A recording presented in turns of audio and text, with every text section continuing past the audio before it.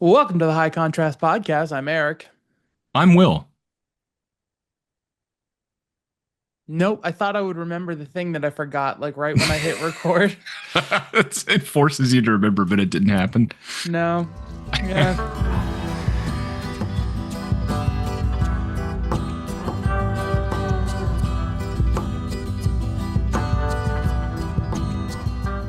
Oh well. Ah, Hi, you've caught us in the middle of a conversation where we thought we knew what we were talking about, and then we didn't. Um, but we do know what we're talking about. that was weird. Um, gonna move the keyboard out of range of my fidgety hands. I'm just holding up. I'm following instructions. Sorry. you, the holdup is no longer necessary. Okay. Thank you. Um, so we are talking about a movie that came out this year. Whoa, so Thinner. recent. Thinner, the Stephen King adaptation. Oh, Sinners. I'm sorry, I misheard you. We're hundreds of miles away, so forgive me for the. You where are you? I'm on the beach, baby. Come on, give him the program. You see, I'm here. I couldn't afford to go to the real beach though. I have to stick to Pixel Beach. So, Okay. um, yeah, Sinners. You're right. That is a movie that came out this year.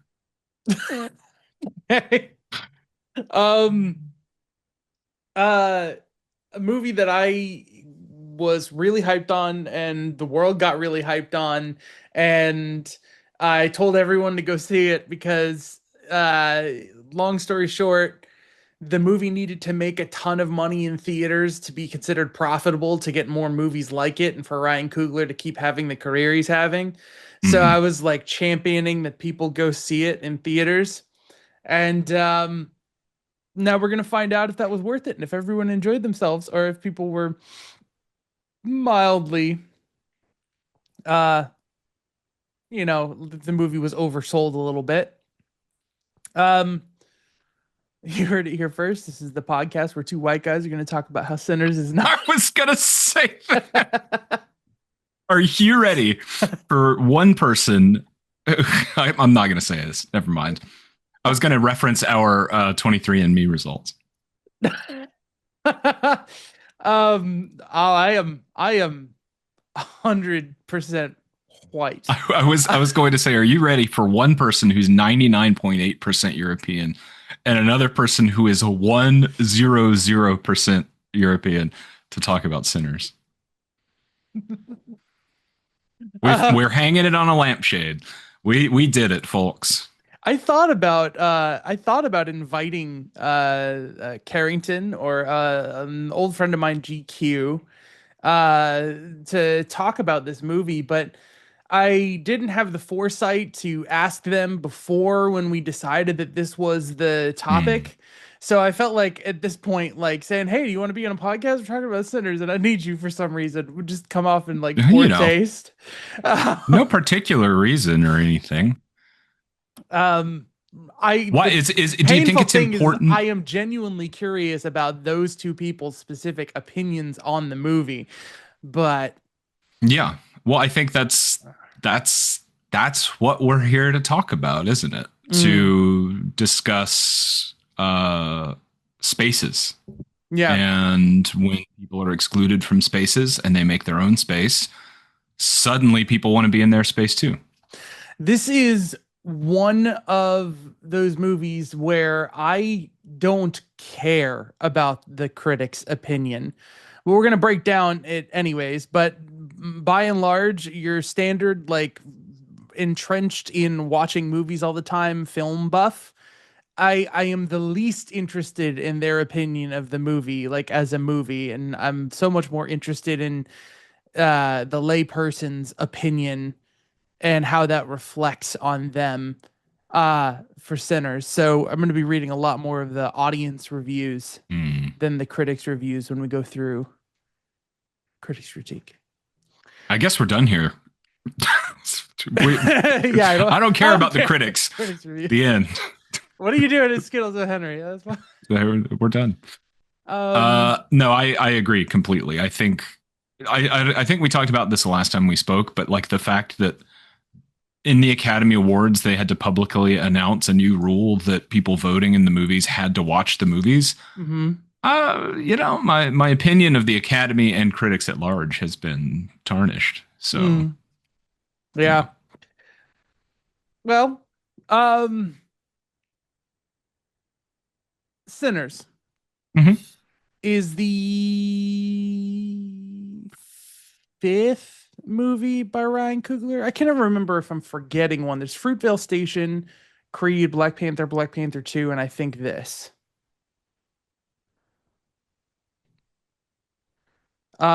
Which is just a rocket ship career.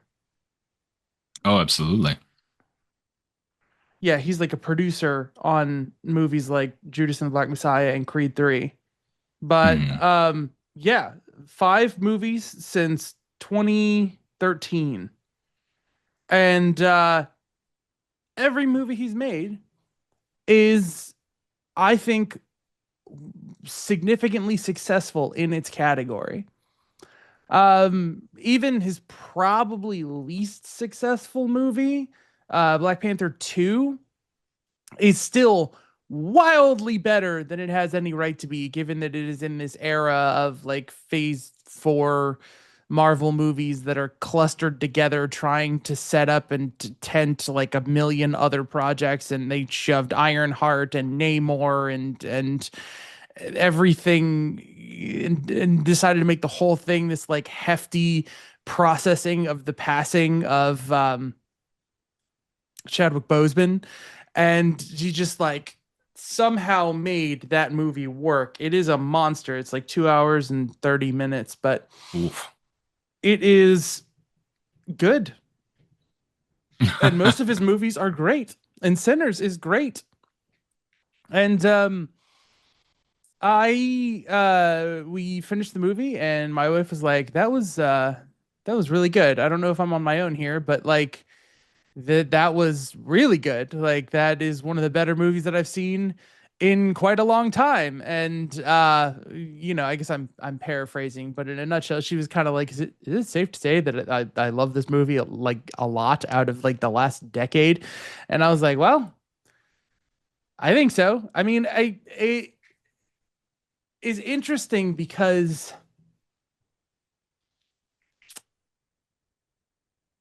if I take the all the pieces of Sinners, like you said this off session. You say what you feel about the movie real quick.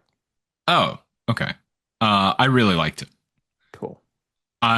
Going into it, every person I spoke to said, I loved it. You need to go see it. And I was like, okay, I have heard that about other movies. And um, I went into this with some tempered expectations that, okay, the likelihood that this is going to be a universally beloved movie, I got to be careful going into this. We'll talk about the Rotten Tomato score soon, though. Don't worry. I will say to you, the humble viewer at home or wherever you are, this movie is very good. But I think that if you go in expecting a lot of technical achievements, there's not that much happening.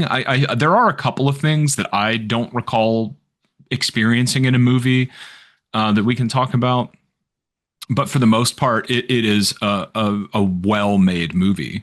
Writing, acting, direction, cinematography, everything's great. Uh, but what I consider to be the most important thing about this movie is its cultural impact.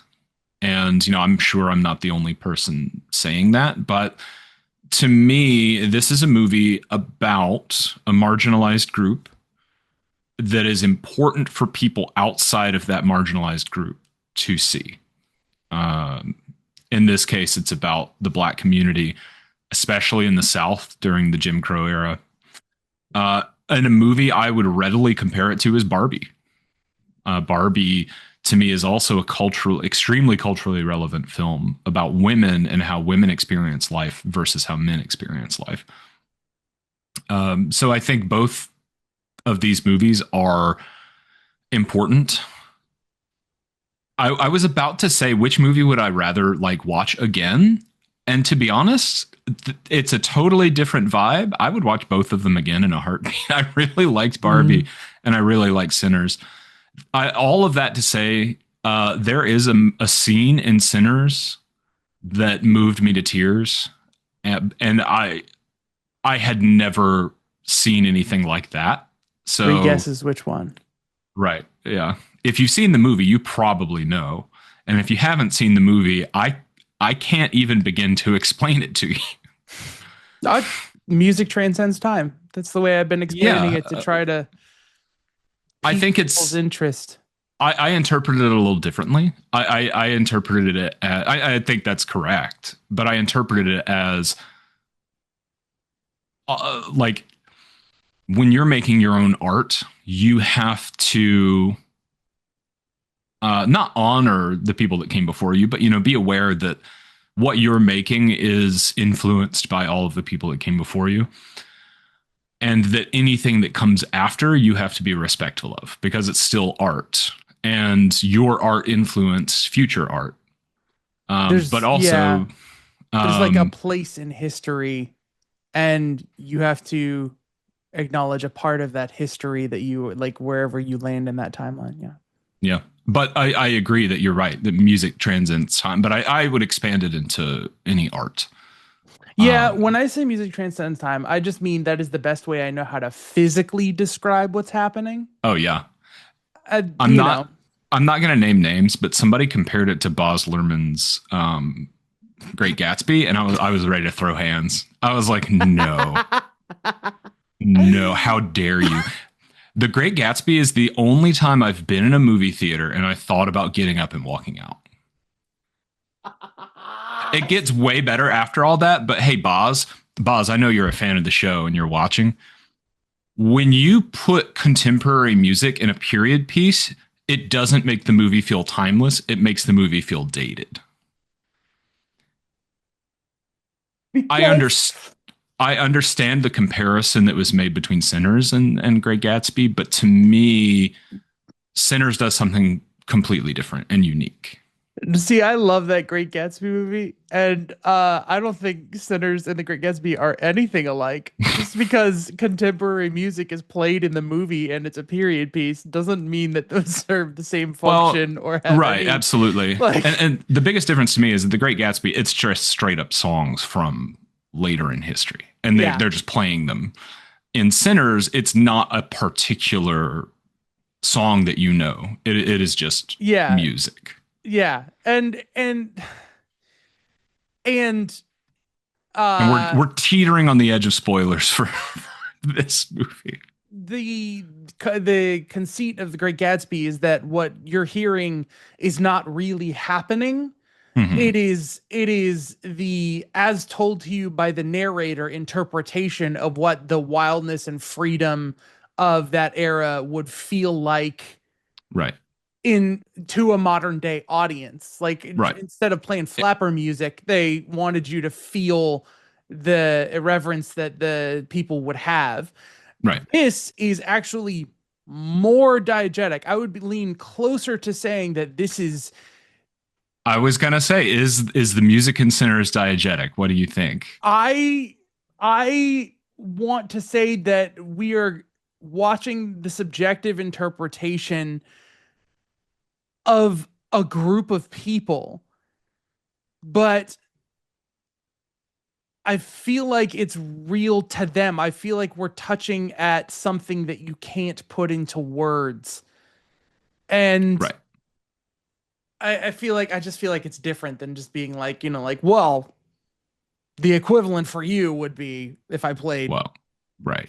Kanye West. And for those about there listening to this or watching this, diegetic, if you don't know what that means, it means that the music is being played in the movie. So like Like the if music, characters can hear it. right, if there's music on a boombox and it's also the music playing for the audience, that's diegetic. for example. Mhm. And so my question to Eric of is the music in that scene from Sinners diegetic? It's kind of a tricky question because of what's happening. Yep. I think it is, Mhm. but not in the way of you're just hearing music. I Mhm. think it's deeper than that, Like which I obviously think the aligns with what you building said. doesn't actually burn down, The building didn't burn down, right? but I And there's believe not literally people from various cultures throughout history in the building. that everyone in that building is in the spirit of dancing to burn the building down. Like, Yes, they are all aligned. They are in sync. They are all now, yeah. even if you aren't fully aware of that. And So, that's what art's about. yeah. So I watched Sinners the second time. Hmm. And look, I paid to see it in theaters, and I will Wow. buy the 4K when it comes out. But in order to rewatch the movie, I pirated it. Oh And my God. I Allegedly. I okay, I am the wrong person to come after piracy game. This guy has spent so much on physical media. Let him have one, okay? I I can't even like begin to yeah. So can you imagine someone saw this with like that's an admission of guilt and then end up like oh Yep. gosh. You get Well, it. You the get thing is Napstered. Yeah. I didn't traffic it. I didn't do anything. I went to a stream hosting site that was streaming like a torrent or Oh, whatever. that's not pirating. But the reason I bring this up is because I need to ask you a question and I need to admit a fault that made me have to edit one of our last episodes. Oh my God. Okay. um, so I'm watching the movie and I now have to ask you a question. Early in the scene, Smoke, blue hat, Hmm. uh, drives the truck of alcohol into town Hmm. and shoots two guys Hmm. and starts to speak with this Asian American family and the daughter of one the daughter of the Asian American family is sent from one shop across the street to her mother in another shop and then the mother walks back across the street to help, arrange for the stitches for the people who were shot and agree to paint a sign for Hmm. their juke joint.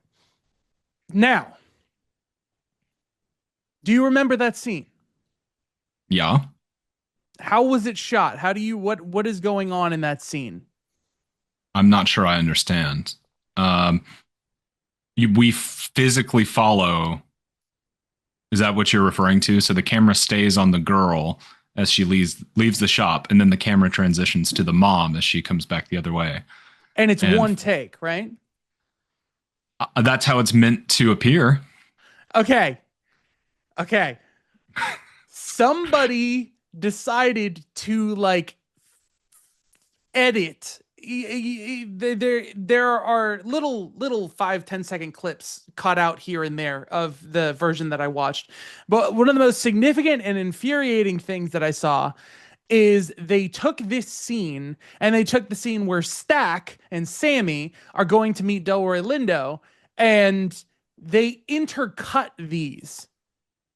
Hmm. They chopped the one take scene of the daughter walking and like we're intercutting with Delroy playing on his harmonica and like it's flashing back and forth between these two scenes and it made me upset because one of the things that I need to do with this show is I need to watch the movies a second time before we talk about them Hmm. because I can't trust my memory at all.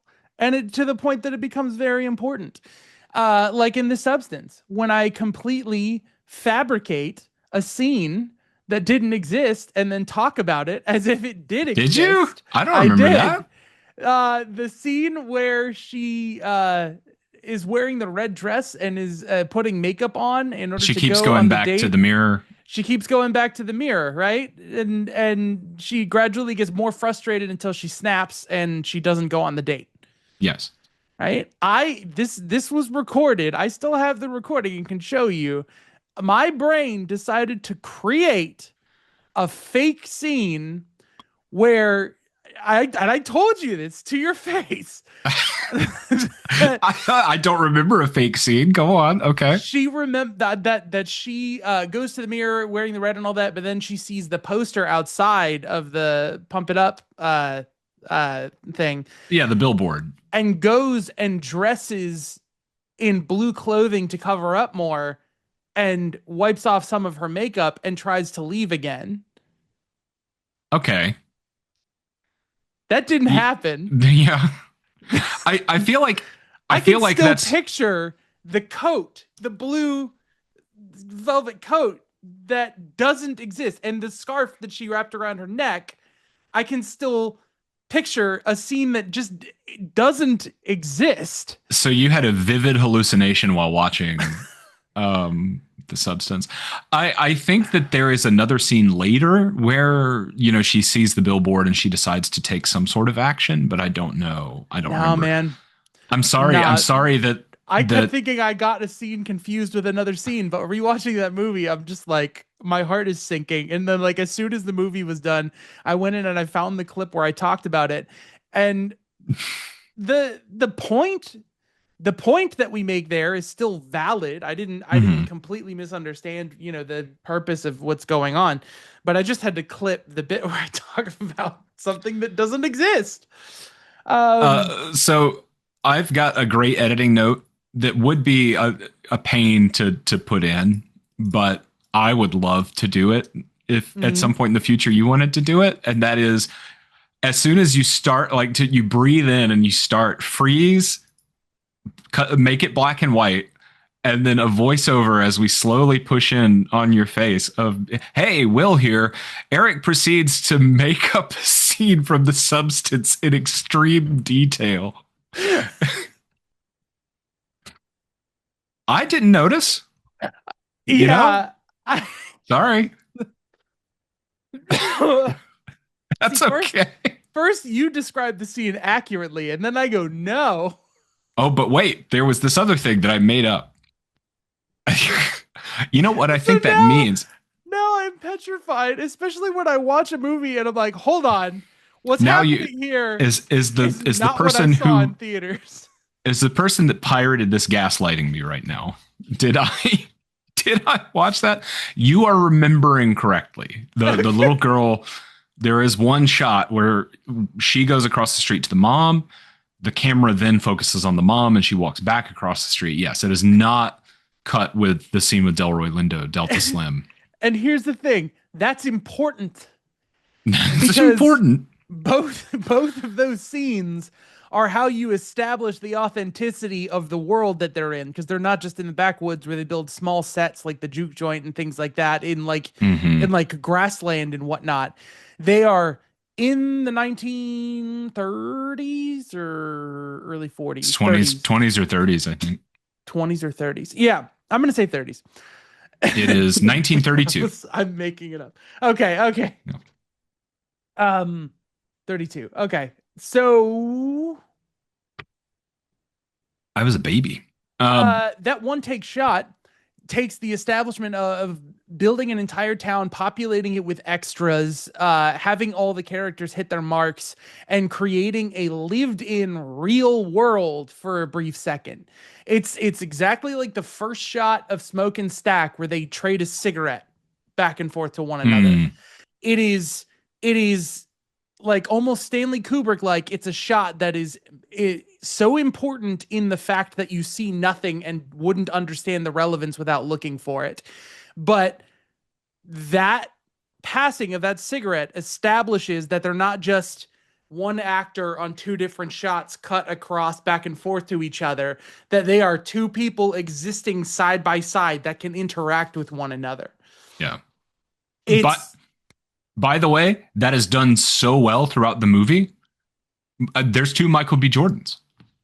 Yeah, I was I I was forgot upset they didn't do this is more with this, but there they were must have jokes. gotten Nikola Tesla to come up with the prestige machine, Yeah, yeah. and they made another one.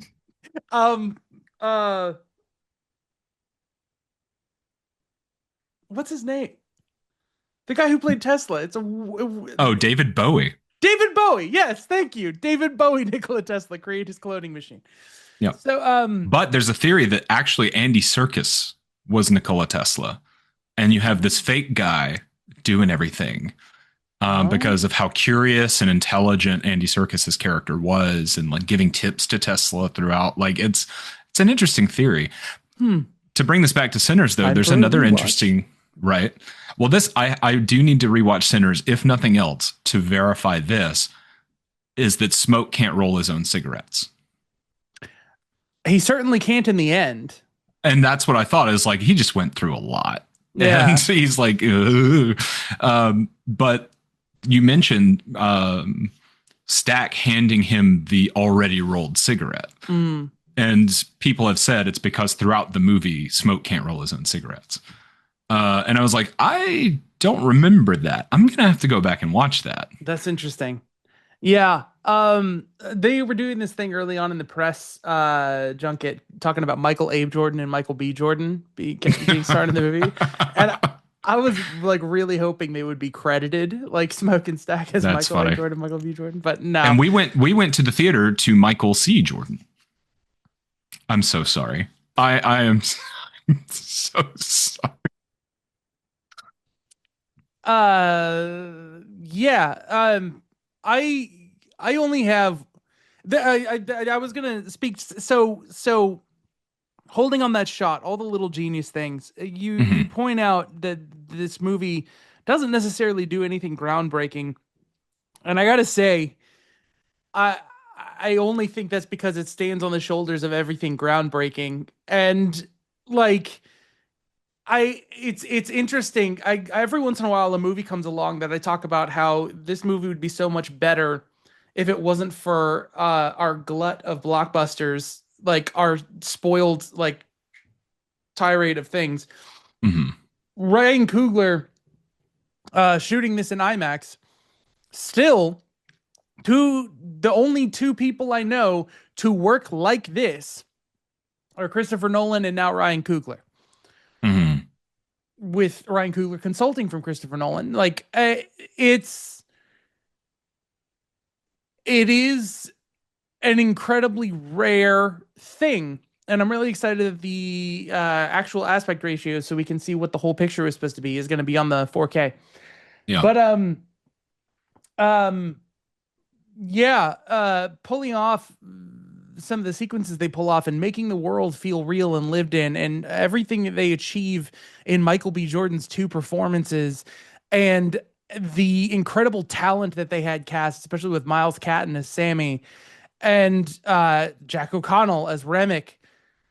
Ooh, I love the lore they build for the vampires. I love the way they set the world. I love how the movie is not over until the credits are finished rolling and Miles Catton sings, I believe, This Little Light of Mine. He does not sing. Or you're talking about after that scene as he's driving away. I'm talking about I'm talking about The after the he drives away. children are singing it when he shows up to the church. Yes, in the very beginning of the movie as well. But Yeah.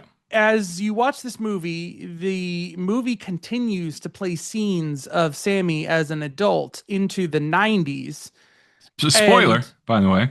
I you know, We're done with spoilers. and the movie is not quite over, but then the credits roll and then there is a post-credit scene of Miles Catton singing in the church.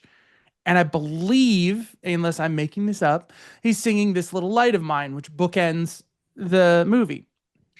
And uh yeah, the pirated version didn't go to the end of the credits.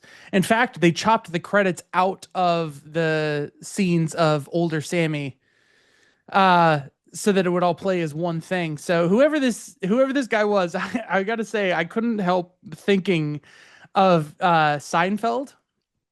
Have you ever seen the episode of Seinfeld where Jerry agrees to pirates, like to go into the movies and record, and he becomes like an auteur of film piracy because he's so incredible, and he's like, I need 4 cameras minimum in the theater so he can like intercut between them and use the best. I'm just picturing this person who's like, you know what I'm gonna do though before I upload this? I'm gonna I'm cut it. I'm gonna cut these couple of scenes together because I think it would flow more naturally. Hey, guy, when you intercut 2 scenes together, you make the audience pay attention to the fact that the 2 scenes are running side by side, and you try and make parallels between the stories, which puts your consciousness outside of being in what the movie is telling you and makes you look for parallels between the scenes rather than just being in the scene and caring about what they're saying. So you damaged the movie a little bit. I mean, a lot by pirating it, but a little more. Eh, So, um, you say like you're the guy. eh. um, so, uh, Oh, I can, if I may, I can tell you. I agree.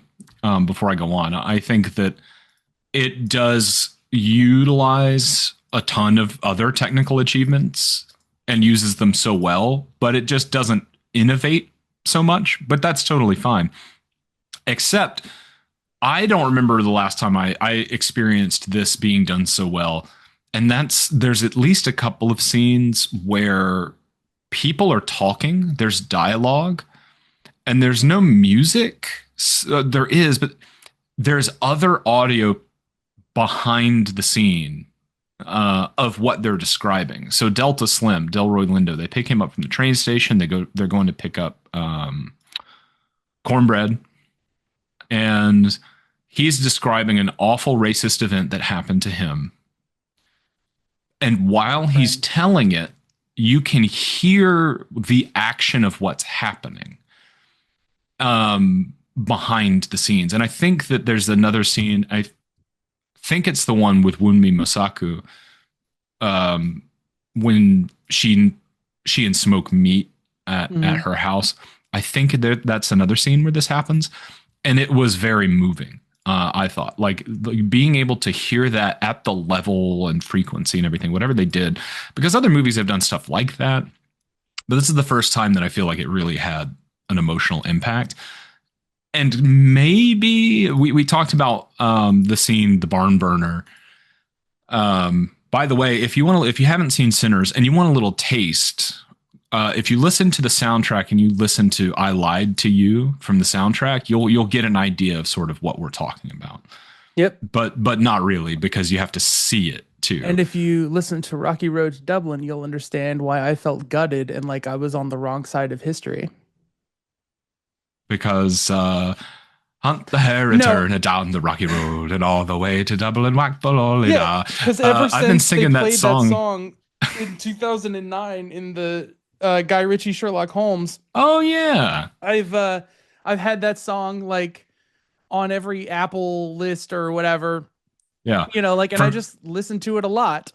For me, it was a group called Gaelic Storm. My mom had a CD by them, their self-titled album, and that was on there. It was because they were featured in Highlanders.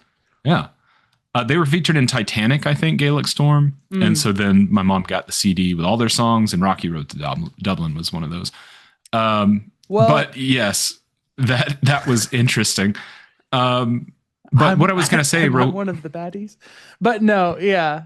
There was one more element to that, I think, that is worth thinking about. Yeah, and that is that it's not clear cut. There is a clear distinction between basically the Klan and the threats of the South. There is something to the freedom and old world Irish and the persecution that they went through, and like the lore of where this well, I was thinking about comes from, but Delroy Lindo's story in particular. To go back to that for a quick second, you can hear that stuff happening, and I wonder if there was an intention that he was almost as good of a storyteller as Sammy is a musician. And so that his art could be storytelling, and you can almost tune into the past directly as he's telling a story. But I don't know if that was the intention or not. Mm. But also, yeah, I agree about the way that Irish people were treated and Mm. how um, he experienced this discrimination, but his response to it was to start absorbing other cultures. Dude, the entire idea of the threat of what the melting pot actually means for people who have survived clinging on to their cultural identity. Like Mhm. uh like the horror of the vampire is that you have to become a part of them. Yeah. Like that Oh, is this movie's about vampires, by the yeah. way. Uh, it is uh, but it's not about vampires at all. this movie is honestly, I think, a little bit about freedom, and I think it's about a lot of things. I don't think it's clear cut defined that it has to be about one thing, but I think a huge like running through line is freedom from uh the inescapable horrors of real life, and then the inescapable horrors of the supernatural. And I think there are no easy choices for any of the characters, but like, man, there's I this is a movie that I really want to take scene by scene and just talk about why it's great. And I don't know if we have the time to do that, but like the to try and speed run the movie a little bit, you have these sort of jump cutty horrors interjected in an opening in a chapel where Sammy arrives with his father, and he's cut up and he's got just the piece of guitar, and Mhm. you're teased that there's going to be this horror about these monsters, and that's what it's going to be about. And then you delve into the characters of Smoke and Stack, who have stolen alcohol from two different mobs in order to send them after each other and give them cover to escape. And money. And And, yeah, well, a lot. because even the urban northern living did not make them free from discrimination and persecution. And so they decided to come back and take an opportunity to use all that money to uh, create something for themselves that would give them a sense of freedom. And by doing that, they get back in touch with these roots that they have from the place that they grew up, namely Mhm. Smoke and Stack. Each have a love interest. And I did the same thing in Kisses Bang Bang, where I kept calling her love interest, and like, they're characters. Wunmi Misako is great. Haley Steinfeld is great. And they know like local talent. They know people who can help run their juke joint, and they come in rolling with money in order to make everything work. And there is this like great kind of hopeful, exciting creation of something that pays off in this celebratory scene that represents the freedom they have, with this other scene that I can't remember if it is actually cut back to like this, or if the pirating person took more artistic liberties. But Delroy Lindo explains what the music means, and then his voice gradually becomes essentially the lyrics to the music for a little bit about how and why they are free, and that rolls into the different eras of musicians like coming into play. Um, but I've seen this brought up before, and I think it is hilarious. The vampire is introduced just before sunset, and the Choctaw Indian Native Americans come after him, and they're like, "Nope, it's gonna be sunset. Good luck," and they leave the movie. Oh, yeah. Now, Well, to be it, fair, go ahead. it's interesting also that the Remix sees the clan robe and plays up the fact that Choctaw are after him. He Mm-hmm. plays up the people. He sees these people. He runs into them. He sees that they're racist and is like, oh, by the way, it's the Choctaw that are after me. Mm-hmm. And so he plays up their racism to take refuge in their house. Mm-hmm. And then he eats them. Yeah, which they do make a point to say that the racist dudes, the Klan dude, is like there aren't Native Americans like around here. You know, like Mm, that's so he's run from a long way from an attack. And so yeah. these people going back home would take them far away. So yeah, it's a really interesting opening for this character. And Who lands on screen. yeah, And you're not yes, sure what happened, flies out of the air. but you don't see that until much later that he can do that. Well, I don't know if he's actually flying, but there's a He is. I very mean, he literally is flying later. So he is I'm pretty literally sure. flying later. I think he was flying and we see him land, but it's There's done in such a way this that it kind of looks like a stumble instead of a land. yeah, there's this significance to the idea that he drops from the sky into the movie. Yeah. Um, but uh, what's fascinating is that you deliberately you see how this clan family is in a way turned into a different kind of monster that they lose some of their menace Mm. and they become part of this hive mind where suddenly they can play instruments and everyone in this hive mind seems to be about you don't understand, all you have to do is die and then you'll be free and we'll have our own little heaven on earth. And then there's Remic's undercurrent obsession with Sammy and his music and wanting his music with him and the way he targets him, which, comes across to Sammy as if, oh my gosh, the devil's actually coming after me. And, there's this gradual build of this threat until they send everybody home, which screws everybody. And there is something really quickly we go through like a few different familiar movies. And then I have like one flaw with the movie that like bugs me. But you get to reenact a scene from The Thing with garlic. I thought was really good. Yeah. I wanted to see a little bit more of that. I wanted to see a little more creativity with how they deal with them, like maybe inviting in one at a time Mm. because they were able to invite Haley Steinfeld in earlier and it did not invite the whole swarm of them to come in. So Hmm. I didn't like the all right, it's time for this movie to end. Everybody come on in. Um and I think a part of the thing in that scene is I counted this time and I don't know what was cut out of the intercutting montage or whatever. There are Sammy, Smoke, Wunmi Masaka, uh, Delroy Lindo. Delroy Lindo, the girl that Sammy goes down on. It's a Perline. It's a very Perline. cunnilingus forward movie. Yeah. Um, and Grace. yeah, Grace.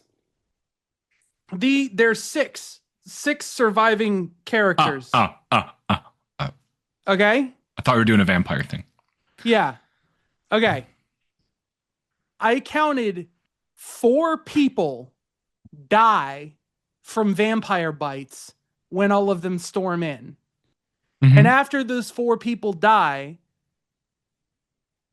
Sammy, Smoke, uh, uh, Delta Slim, and uh, you can tell there's already an accounting error here. And Oh, Delta Perline, Delta Slim is big dead. I'm counting before he does his Oh, sacrifice of himself. And Perline are still alive. okay. There are extra people who die. I'd have to go back and watch that, but I don't remember There are Because also Grace has a very particular death that nobody else has, and yes. spoilers all around. Wunmi Mosaku has a very particular death that gets more screen time. Hmm. And you saw more people die, is what you're saying, Yes, than two other that. people get their throats ripped out. Hmm. And I have no idea who they are. But This may, I mean, they did establish there was a guy that was dead drunk behind the bar, and they thought that he was a vampire, so they kicked him out, and then he wasn't. yeah, but he dies by cornbread. Well, I'm just saying, like, they could have like other people laying around, and then, oh wait, what's happening? See, There's that's what vampires I'm coming in. thinking, maybe, but this is after they've Or cleared out and locked up and like, or you did fabricate an entire scene from the yeah. substance. No, but I just rewatched this yesterday. You watched that version. Okay. But here's the thing. I'd like to go back and see it and It verify. is one of those things where that scene is staying so close on the action that it's asking you not to think about the fact that there are probably 10 vampires there for every one person in the room. Oh yeah, that for sure. And it should have been an absolute slaughter. And they're basically invincible. Yeah. So that one bit, the way they just kind of blow the roof off and send, all the vampires in at once, I feel like it has to happen so that they can move towards the ending they want to move towards. And then, as other people have pointed out, Smoke kind of teleports in order to get to behind Remick. He has to Yeah, he has to yeah. wade through a crowd of vampires to get into the water. And you can chalk that up to everyone is distracted by focusing on what Remick is focused on, because they've all been injured because his face has not been messed up. Um, Amazing practical effects, by the way, the whole way through. Um, but yeah, there's just these two little things about the movie that are just like, I'm confused and I'm kind of taken out of it, and it's bizarre. Um, but yeah, by and large, everything Del Orlando and his slapping and humming, everyone and their grandmother has talked about it. The pain that turns into music, it is apparently something that he did on set. And so Michael B. Jordan picking up on what he's doing and telling Sammy, like, hey, you got a guitar, don't you? Like, and that little moment of them picking up is an ad lib. Um, and yeah, like every performance is fantastic. The only person that I have a hard time buying what they're selling is Haley Steinfeld. When she's just like kind of specifically the one shot where she's like, "You taught me how to fight. I can take every bitch in this place." I'm like, I can understand you having a sense of like confidence in your right to be here because of your history with Stack, but that sense of like I'm rough and tumble from the streets kind of thing, like I don't know, that man. didn't resonate. No. So She's a very interesting character because mhm. it sort of establishes that even though this is a situation where you have people of color that have been ostracized from white society, so they come up with their own space. They've been ostracized from white spaces. They make a space of their own. But then she is allowed to join. I think is important because it's not just about skin color. It's about more than that. Mhm.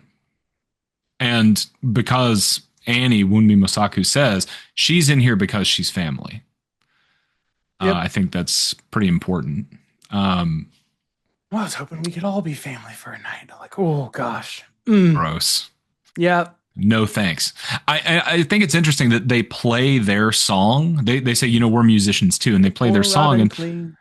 it's almost comedic, but Mm. also the song they're singing is really grim. Yeah, it's sinister. And but it's also like they are no less talented, sure. Well, Hmm. they are less talented because that's kind of the point of Sammy's story is that he Mm. is a musician that is so good at what he does. That He Remick transcends covets it. time. Yeah. Yeah. But, they're still talented, but they are so different from what's going on in the juke joint. Um, Mm. that it is both comical but also, in my opinion, a little thought provoking. Yeah. S- Um, So uh-huh. I'm going to run through the critics' reviews of this movie real quick, because I think we've kind of talked enough to speak a little bit. I don't think I've quite hammered home how great things are. I don't think I made it all the way through the session yet, but just the descent of this movie from real world period piece into like fantasy, like back to a different kind of fantasy in the slaughter of the KKK. And Mm. like, I think, I don't know. I like, it just on its own, Michael B. Jordan paying off two characters that have the emotional resonance of the journeys they end up going on when they're separate. Smoke's death, versus Stack's living forever. But that commentary on being haunted, like, of course, that was the best day of my life. It was the last day I saw the sun. It was the last day I was with my brother. Like, oh What are gosh. you giving up to live forever? What are Yeah. you giving up to live when you concede to what the white folks want? Kind of. I mean, at the same time, it's like they took this dark gift and ran with it, because now they're an interracial couple that can actually be together, because if they get lynched, it doesn't matter. That's true. So, Jesus Christ. yeah. That's where we are in 2025, folks. Yeah. Um, And now I kind of, if there was a sequel to Sinners, I would kind of want to see the adventures of them dealing with through that through the power. decades. Yes. TV And series time, baby. yeah. Um, so Sinners has an A cinema score. Okay, yeah. Okay. And next I go to Metacritic usually. It has 84 out of 55 critic reviews, 7.6 generally favorable user reviews. This is actually pretty common. I think 7.6 is a little low, but user Agreed. reviews. Ryan Coogler is a genius and a masterful auteur. Such a great movie with so much rich history and symbolism. I need to go see it again to fully understand all the nuances. Yes. Now, 6, the concept is cool, the visuals are cool, even the casting is cool, but the execution is a bit wet. It's the 1930s, but the way they talk, act, hold their guns feels modern. In what way? Okay. I Probably could by not design, but disagree it's a more. little odd.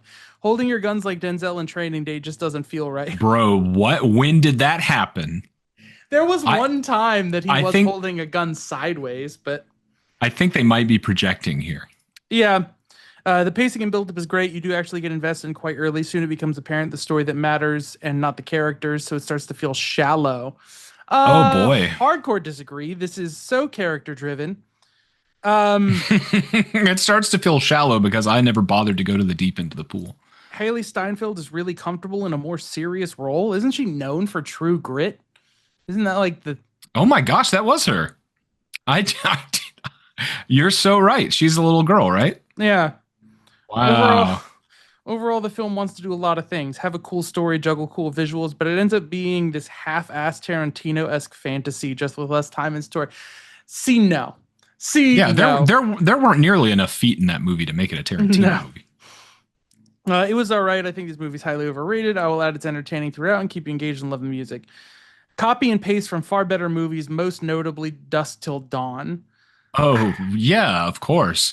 My favorite part of this movie is when I'm not going to do this bit. Well, I'll do it. I'll do it after we're done recording. Hmm. Just remind me. Okay. Um, about an hour too long. Feels like Coogler wanted to make 3 or 4 different movies, so instead he made a 2.5 hour mix. No, no, I'm sorry. You're missing the point. You're missing what gels things. There was a really insightful article that pissed me off um, Mm. about film theory recently, about a new kind of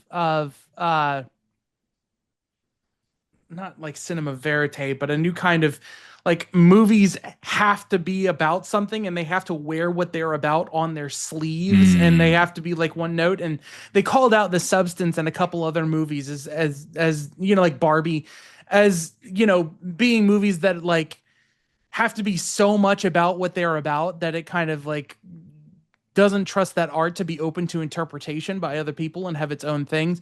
And I'm not even saying Sinners is like that, but I'm saying at the very least, you have to look at these pieces and not just think, hey, that's a vampire and this is a period piece. That's two different kinds of movies. He's trying to make two different kinds of movies. You have to think, why are these shots cut side by side? You have to, like, oh gosh, okay. Why is this in the period it's in? What is the analogy of vampires when it comes to issues about race? Like, Mm-hmm. ask yourself why. Yep.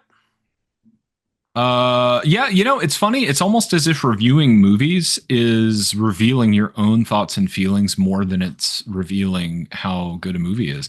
That's weird, man. That's what I love about the user review stuff. IMDb Anytime if rating. when I see that this people are saying this movie is overrated, I will agree that I would say overhyped. I wouldn't say overrated. Yeah, But it's still very good.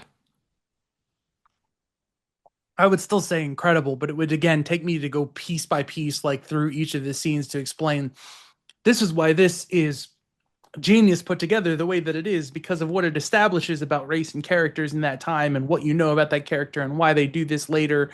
And no, I just okay, yeah, I don't have I'm not articulate enough to, you know. Better notes next time. I don't know. 8.0 out of 10 IMDb rating. Given that it is extremely hard with 117,000 reviews to get above average when you're shooting that hard, I would say I that's think pretty good. that's I might go a little higher in my own personal review Oh yeah, I to, would to too. 8.5. I wouldn't go to 9. I would Definitely go to not 9. 10.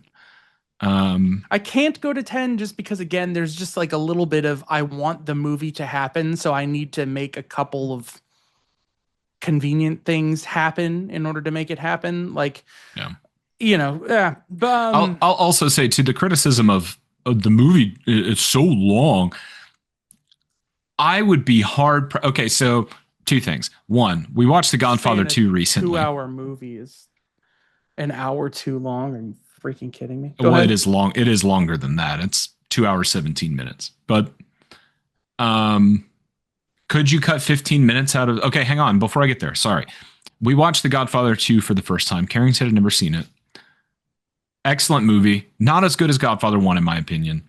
Same. There were plenty of times I thought you could cut that. You could cut that. You could cut that. And I don't mean like cut whole scenes, more like you could cut out a little bit of the dancing in Vegas. You could cut out a little bit of the menacing, nothing is happening yet stuff and still keep that vibe. Mhm. I would be hard pressed to tell you what you could cut out of Sinners. Yeah. I would have a really tough time because I will say this when you think the movie's over, it keeps going.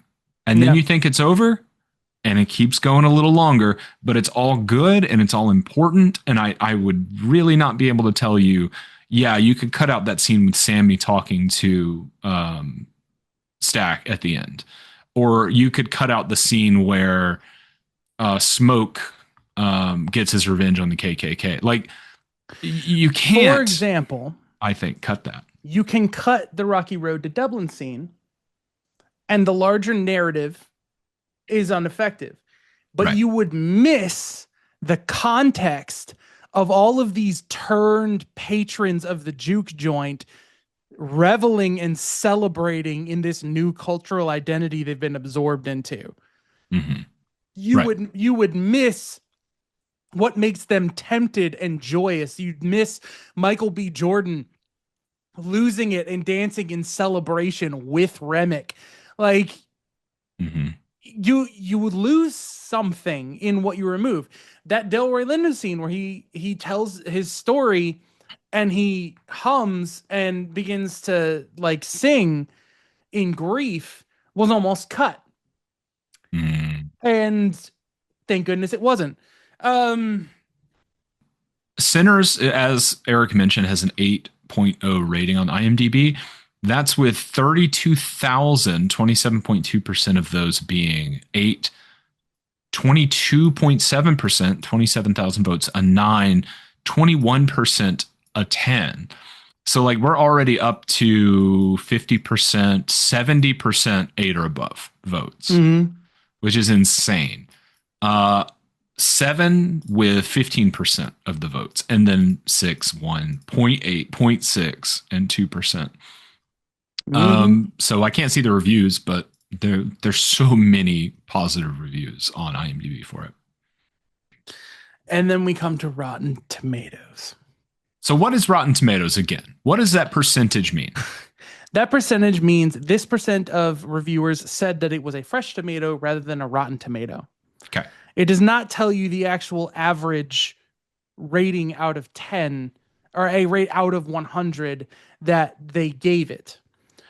And it doesn't do that at all anymore. I'm really upset to find that when I click this, uh I it doesn't say average 8 point whatever, 9 point whatever out of 10.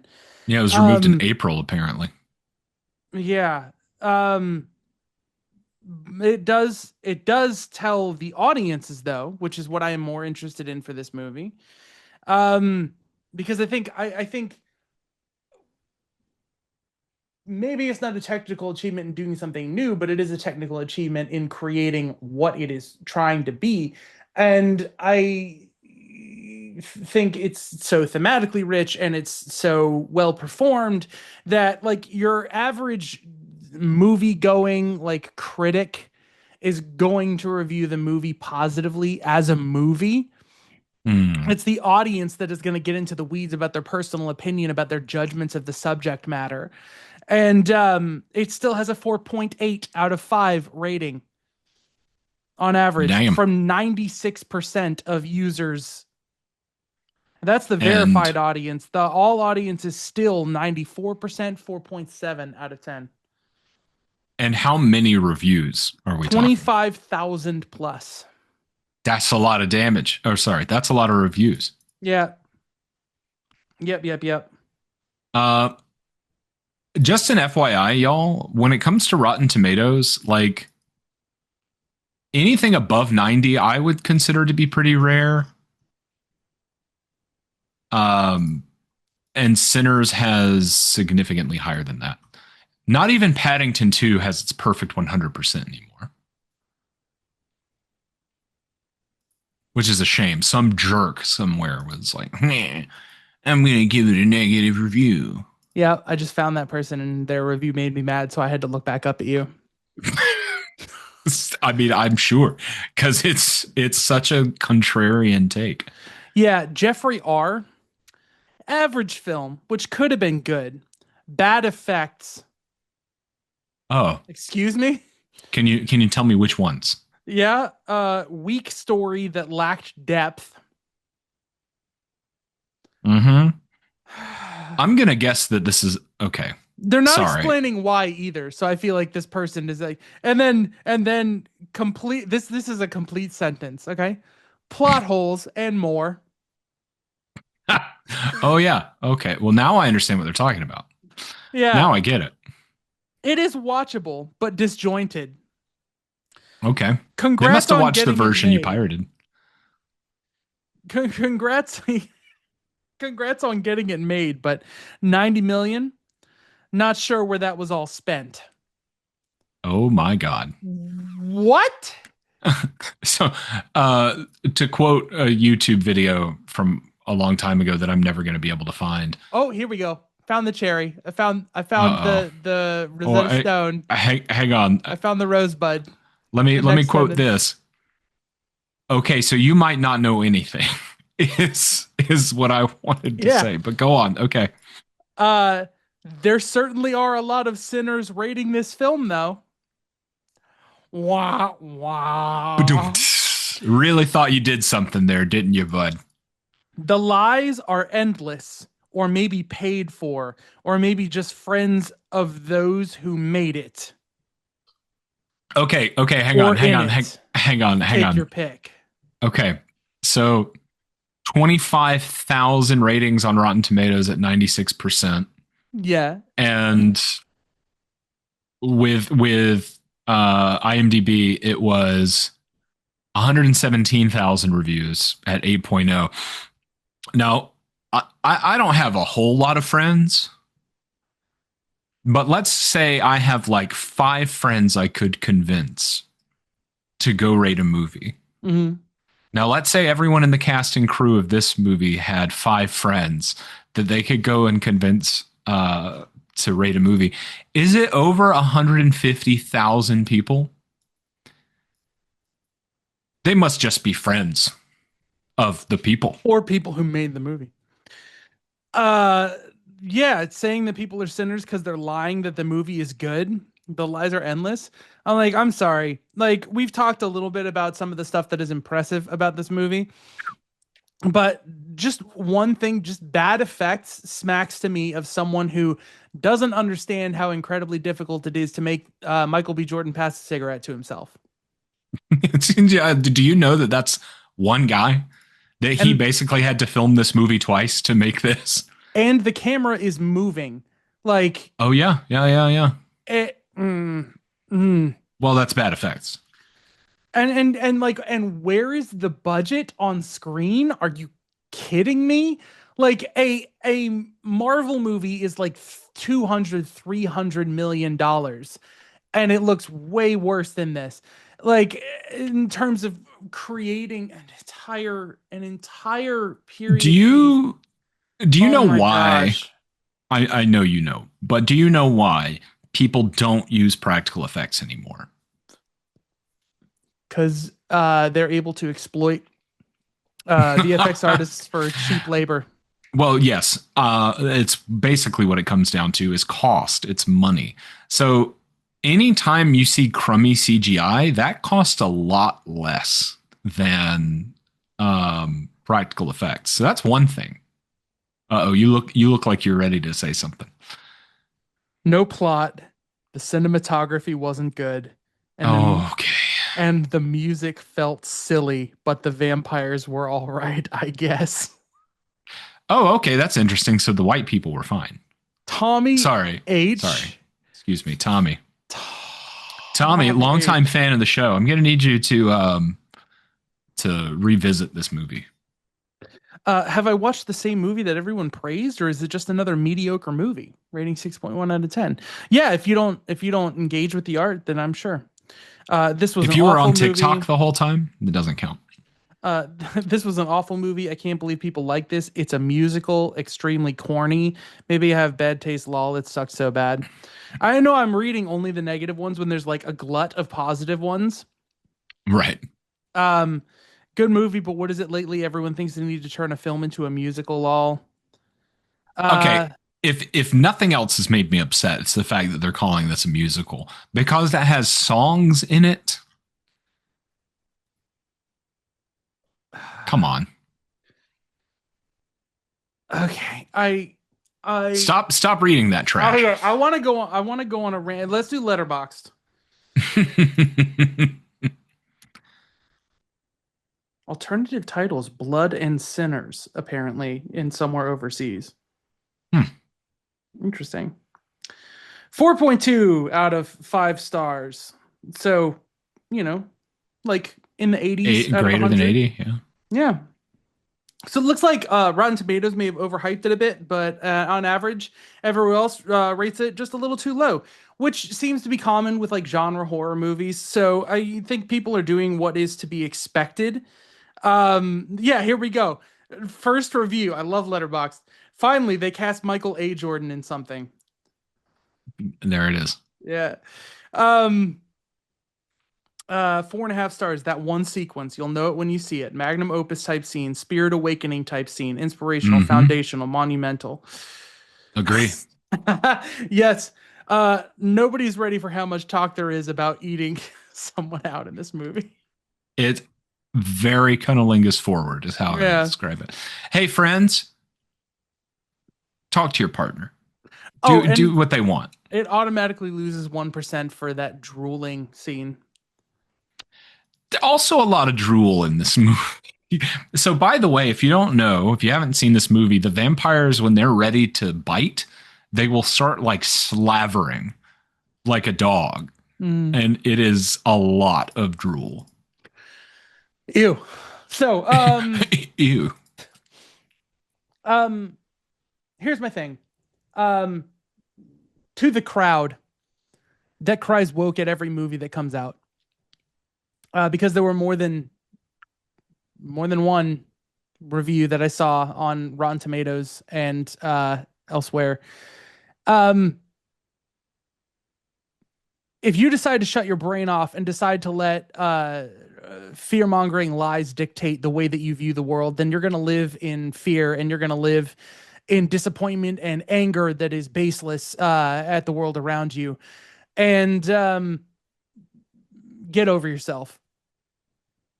I'm sorry. Like, I walked into this movie thinking, okay, the way that we're representing this is white people are representing like this idea of freedom from persecution by joining the melting pot, and they are the villains too.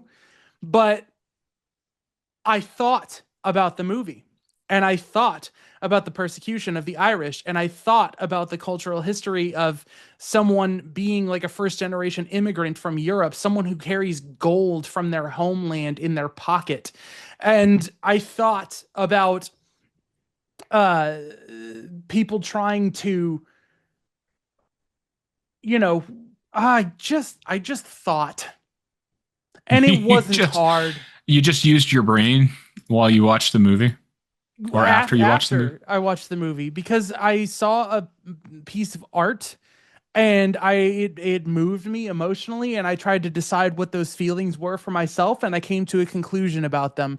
So if you look at a movie and you go, well, the white guys are bad guys and all the black people are good guys, so this movie is trying to be woke, and it's propaganda, and it's Hollywood elites trying to force a demon narrative down our throats. Yeah, Ryan Coogler is not the man. Yeah, the whole thing about the man is making things woke, that's not what's happening. No. It is the opposite. It is that most people feel this way. And now that it's getting as much exposure as it deserves, you're upset the world's changing. And, that's okay. You can be upset, but we should celebrate the fact that the world is changing and not cling to the past. Also, the world is not changing. It's so weird. It's so weird how much I chalk this up to COVID has created this state of like brain fog in eras where people are like, there's pre-COVID and there's post-COVID, and there are problems that exist post-COVID. But like, uh, the Me Too movement was a change culturally in how we look at and treat people. For sure. The Black Lives Matter movement is a change culturally in how we look at and treat people. George Floyd, incidents like this, they are what causes people to cry, for people to wake up and pay attention to the like crimes and problems and persecution of people within our country's borders. This is America. Reference to the Donald Glover song. Excuse me, you mean Childish Gambino? Yeah, sorry. So, uh, these are movements. Hollywood deciding to cast Rachel Zegler as Snow White. What do you think the hidden agenda is? Tell me what harmful thing you think is coming out of it. You think what the Uh, I don't even know what this means. it brings me back to Ben Shapiro's review of the Batman, and it fascinates me thinking about how that human being can be so entrenched in just stupid, poorly thought out beliefs that you can look at the movie and go, well, they made Gordon a black man. And they made Zoe Kravitz not morally gray, but they made her like a heroine. So all of the black characters, including the mayor, are all good guys, and all the white people are all corrupt and awful. And I'm not even going to talk about that because that's of course woke Hollywood trying to shove its agenda down our throat. Like, I may be wrong, but I'm pretty sure that Robert Pattinson is white. and Andy Serkis. And also, I'm pretty sure Gotham is Gotham in every iteration of Batman ever. And Where were these people when Harvey Dent was black in the 1989 Batman? exactly. And when he wasn't Two-Face, but he was a upstanding politician. Um, I just I it's funny because this is a vocal minority of people, and I'm kind of doing the same thing where I'm sitting here getting angry at a group that is useless and has no impact, and I don't have actually anything to like fear from these people that are doing it. But it is people there is like waves of people who backlash and tear down movies like Captain Marvel because they don't like Brie Larson. They don't like female superhero movies. They get like review bombed and it impacts the word of mouth that people have. And whatever. The movie still made $1 billion. Again, these people are ineffectual, and uh, it just it it irks me to see a movie like Sinners, like you said, is it's clearly important for people outside of the group it's talking about to watch the movie to gain some empathy and gain some insight. And when I see people just look at it like, nah, Mm-hmm.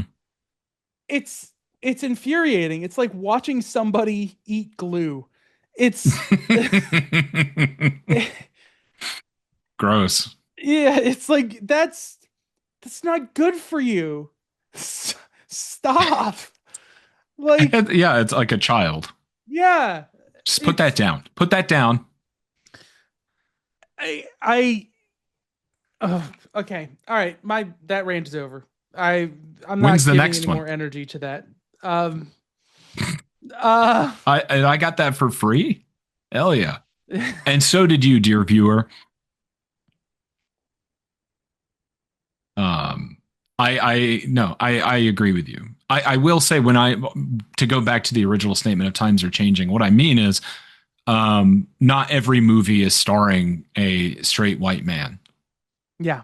and that's the stuff that is changing because we're starting in movies. We're starting to see a reflection of the rest of the human population, and some people are uncomfortable with that.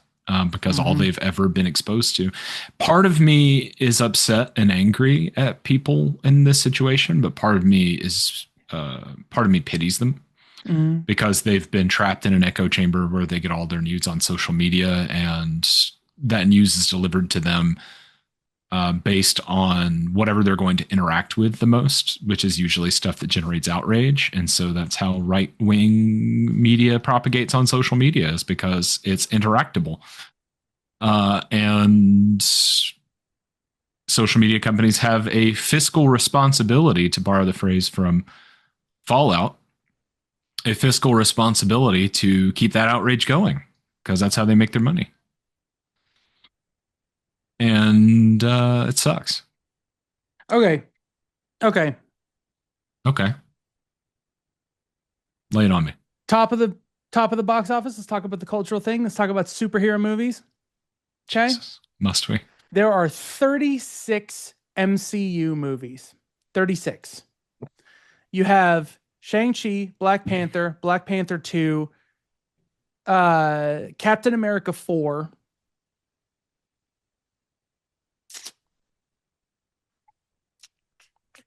Take your time.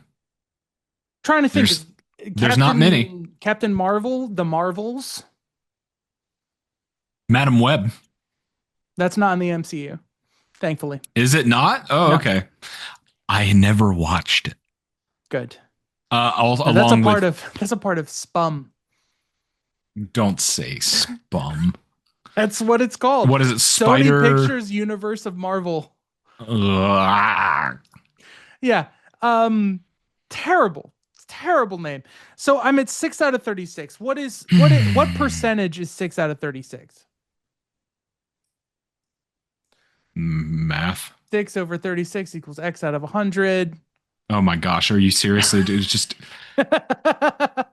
16.66 repeating percent. Okay, less than 20%.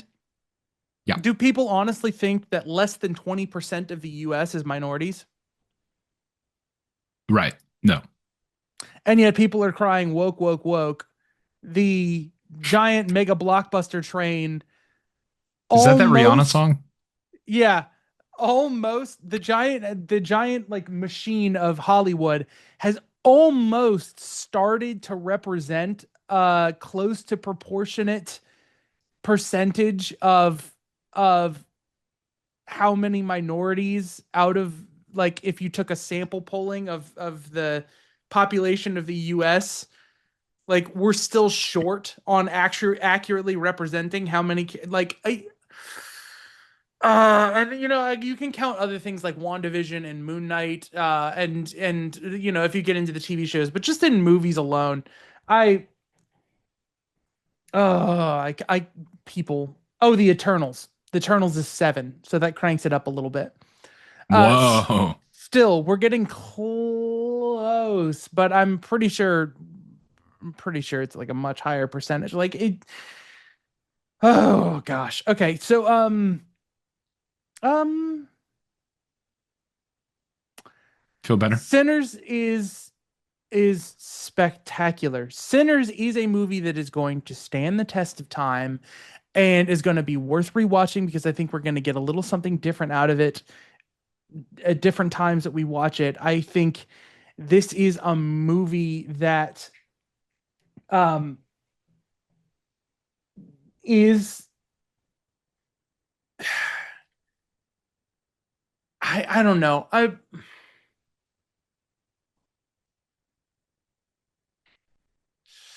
I guess you have to think about how much work goes into the making of the movie in order to appreciate how impressive what you're looking at is.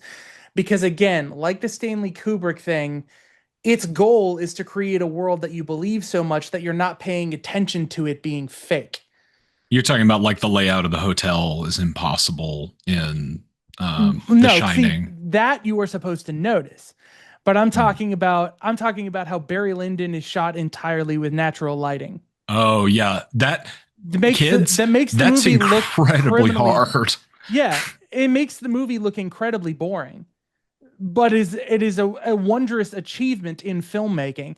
I'm talking about pulling off the shot over and over and over again in 2001: A Space Odyssey of a pen stuck to a pane of glass with some Mhm. tape, so that it looks like it's floating in anti-gravity and can be plucked out of the air, and the person had to pluck it just right so it didn't look like it came unstuck from something, that it actually Right, looked like it came out. And they had to get that take perfect in order to make it feel like a float pen. But you just see it and you're like, yeah, they're in space. It's anti-gravity. She plucked the pen out of the air.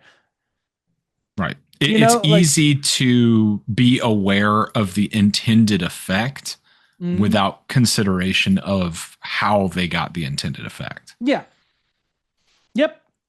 And it's just,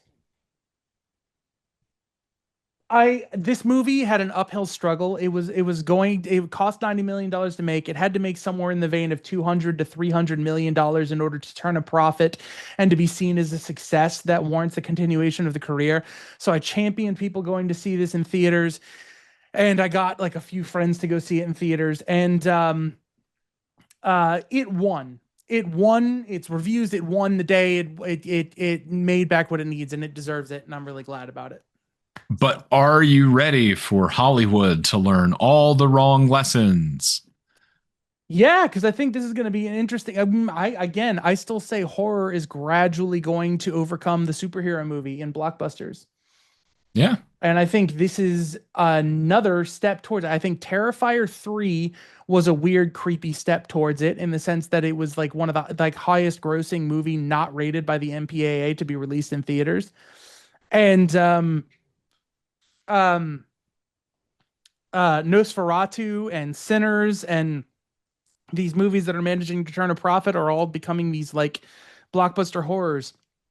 I think this era in retrospect will have started with it chapter 1 in 2017. Hmm.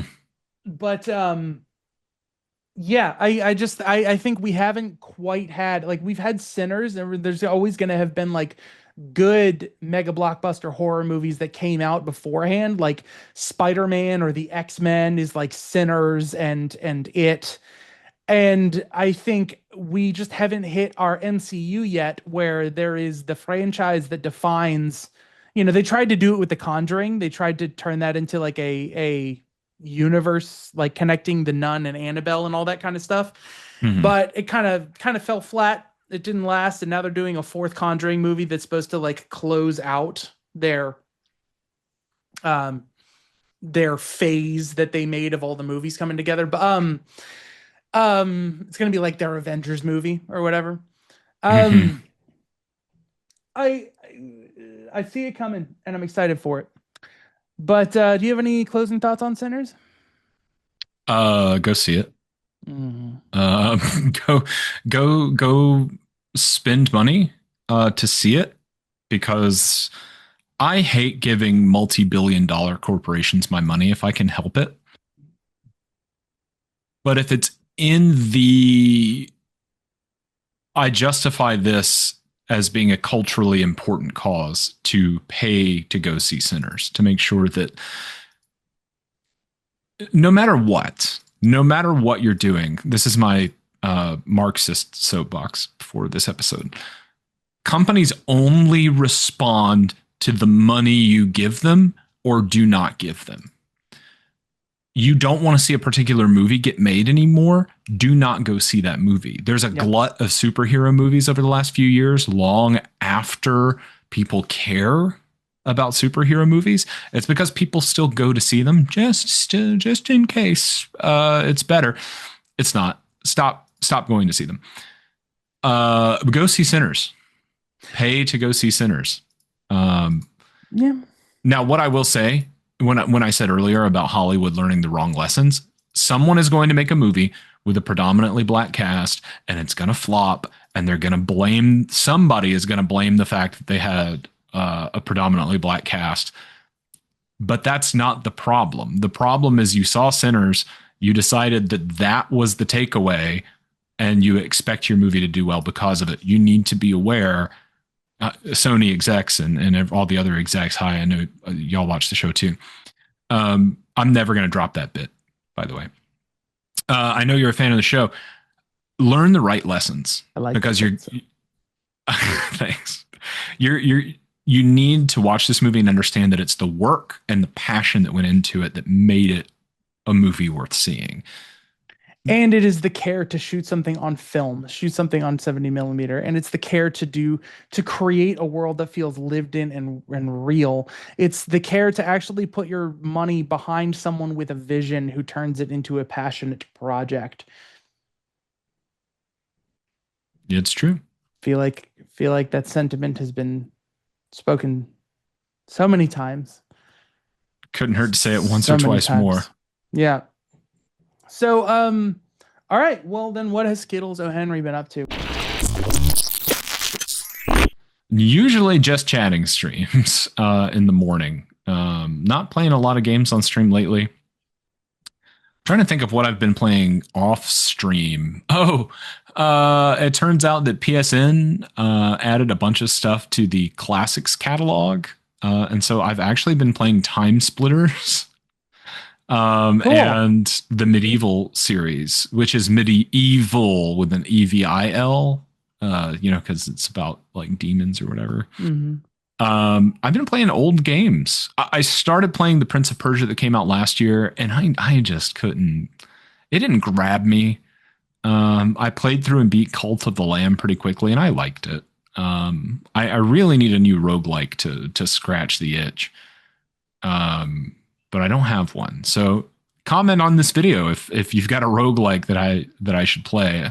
Been playing Balatro or Balatro, depending on who you ask. Been playing a lot of that over the last few months. That's a roguelike, kind of, in that it's like poker, kind of, and what you're dealt changes every time. Uh, it's like poker, but you're not going against anybody. You just have to earn enough chips based on your poker hands. It's infinitely complex, but a lot of fun. If you get the chance to play Balatro, it's very good. And now Carrington has been playing it too. And I'm not going to name names again. But somebody I know has been playing for like 3 months and finally beat a run because you have to go through 8 groups of rounds to beat it. It took me 3 months maybe to beat it, maybe less. No, I feel like it took me a month. It has taken another person I know a lot longer. It took him 3 months or so. Meanwhile, Carrington, it took her like a month to to just knock it out. So, not judging, not judging. Just pay attention to what you're doing. Oh, I did play Blueprints, and that's good. Do you have PlayStation Plus? Yeah.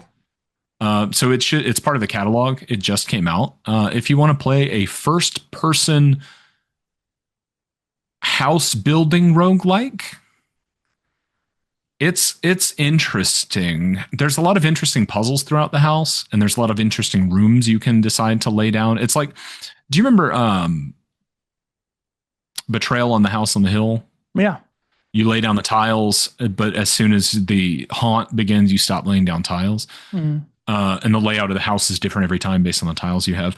Blueprints is like that. Every time you open a door, you decide what kind of room to lay down. So there's the puzzle of getting to the end of the house, but then inside a lot of rooms and across rooms, there's puzzles that interact with other rooms. I honestly feel like the game should be one or the other. It should be an interesting house layout puzzle for the whole game, or it should be individual rooms with different puzzles that you encounter while exploring a mansion. I don't think it needs to be both. Okay. So it's good. A lot of people like it. It's okay. Also, the pun of the name Blueprints took me a lot longer than it should. Well, I got it now because you pointed out it's a pun. So I was like, you're laying out a house. Who's the prince here? Anyway, it's good. It's fine. Go play Time Splitters Future Perfect is what I think I need to tell the audience. If you have PlayStation Plus, the Classics catalog now has PS2 games, and it's great. Play Time Splitters and tell your local congressman that we need a Time Splitters remaster. Because that's the important issues right now. Yeah. And that's honestly, yeah. With what you can control, you could always, get organized, get your friends together, do something culturally relevant, build a sense of community. Yeah. Do that too. But you can also do that by connecting with people, by playing games. So, You could also do that by liking, commenting, and subscribing. I'm so sorry. I had to. Yeah. Okay. So hang on. Let's take a beat. Let's create a community here. Okay. So the bit, just in case you do want to record it, cut this if you don't want it. But earlier, someone made a comparison to From Dusk Till Dawn and Sinners. And what I was going to say, and I'm going to have to move my mic. My favorite part of Sinners was when Stack came out and said, "Pussy, pussy, pussy." Yeah, I thought it was weird at the time, but now I totally get it.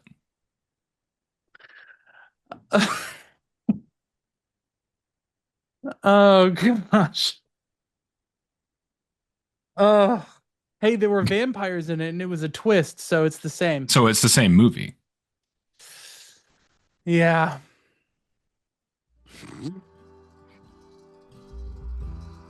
Oh man. Yeah. All right.